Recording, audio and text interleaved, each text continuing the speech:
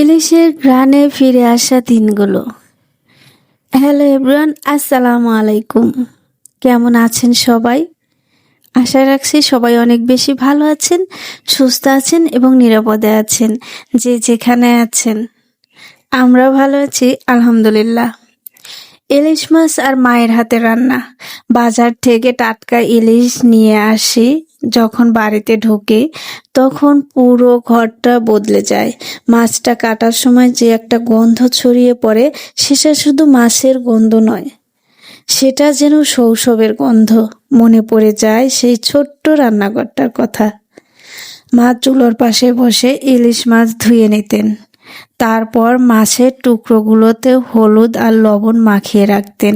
কড়াইতে সরিষার তেল গরম হতো, তেলের মধ্যে যখন ইলিশের টুকরো পড়তো তখন যেন শব্দটা হতো, সেই শব্দ শুনে আমরা বুঝে ফেলতাম আজ বাড়িতে একটু ভালো রান্না হচ্ছে। কিছুক্ষণ পর মাছগুলো ভেজে তুলে রাখা হতো, তারপর সরিষা বাটা, কাঁচা মরিচ, হলুদ, লবণ আর সামান্য পানি দিয়ে তৈরি হতো সেই পরিচিত ঝোল। কড়াইয়ের ঢাকনা খুলতে চারদিকে ছড়িয়ে পড়তো ইলিশ আর সরিষার অসাধারণ ঘ্রাণ।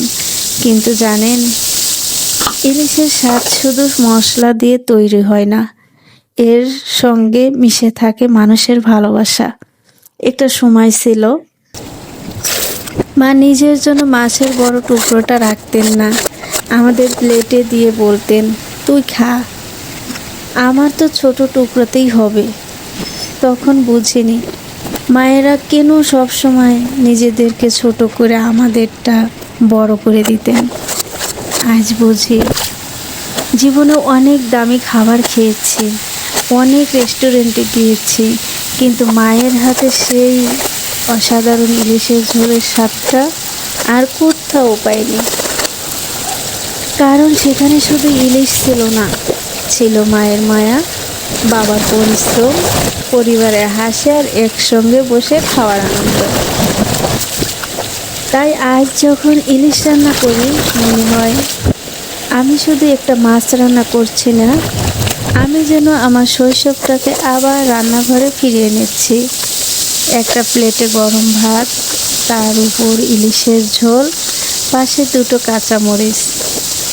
আর মনে মনে একটা কথাই বলি, জীবন যতই ব্যস্ত হোক, নিজের মানুষগুলোর সঙ্গে বসে খাওয়ার সময়টুকু যেন কখনো হারিয়ে না ফেলে।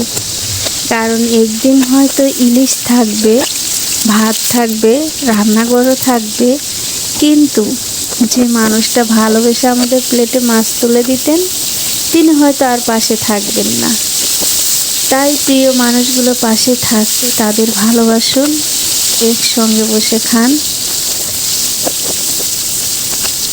একটু গল্প করুন, আর মায়ের রান্নার প্রশংসাটা আজই করে ফেলুন কমেন্ট বক্সে।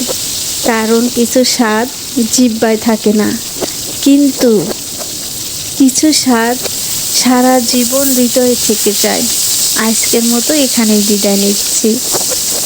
ভালো থাকুক পৃথিবীর সব মা, সুস্থ থাকবেন, ভালো থাকবেন সবাই। আর আপনাদের ঘরও যেন সব সময় ভালোবাসার গন্ধে ভরে থাকে। এই যে এখানেও আমি টুকিটাকি কাজকর্ম করে নিয়েছি, আমি ইলিশ মাছ রান্না করছি। আমার সাথে যদি এই পর্যায়ে কেউ থেকে থাকেন, তো ছোট্ট একটা লাইক দিয়ে যাবেন, ছোট্ট একটা কমেন্ট করে জানাতে পারেন আমার এই ভিডিওর ভালো দিক এবং মন্দ দিক। আপনার একটা লাইক কিন্তু আমার পরবর্তী ভিডিও বানাতে উৎসাহ যোগাবে। তো এখানে যে আমি ইলিশের ঝোল করব, একদমই পাতলা ঝোল করব কচুরমুখী দিয়ে। আর ওই পাশে কিন্তু আমি বেগুনের চাক ভাজিছি, আর বেশি করে তেল দিয়ে দুটো ইলিশ মাছের লেজ ভাজি করে নিয়েছি। এটা দিয়ে খেতে যে কি টেস্ট, যারা খেয়েছে তারাই বলতে পারবে। এই তেল দিয়ে কিন্তু ভাত মেখে খাবো। আল্লাহ হাফিজ।